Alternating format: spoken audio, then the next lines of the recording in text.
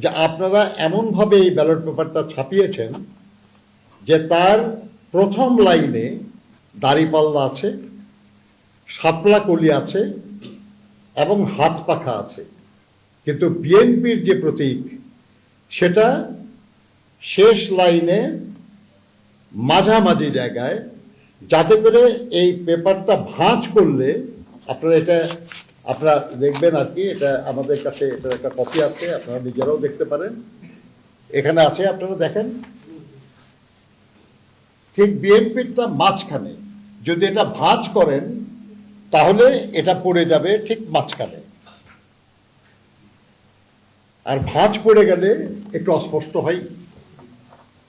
এবং কেউ যদি ভাঁজ পড়া অবস্থায় দেখে তাহলে প্রতীকটা পুরা দেখাই যাবে না।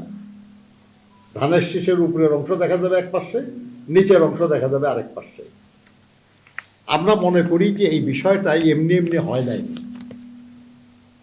এটা দৈব ঘটনা নয়, এটা ইচ্ছাকৃত।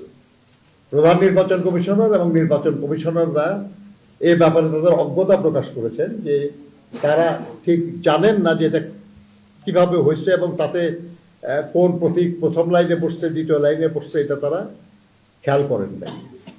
তারা বলেছেন যে এটা অ্যালফাবেটিক্যালি সাজানো হয়েছে। আমরা তাদেরকে বললাম যে অবশ্যই অ্যালফাবেটিক্যালি সাজানো হবে, কিন্তু এটা যদি 5টা কলাম না হয়ে যদি 4টা কলাম হতো কিংবা 6টা কলাম হতো, যদি এটা 14টা লাইন না হয়ে 13টা লাইন হতো বা 15টা লাইন হতো, তাহলে ঠিক এখন যেভাবে আছে সেভাবে হতো না।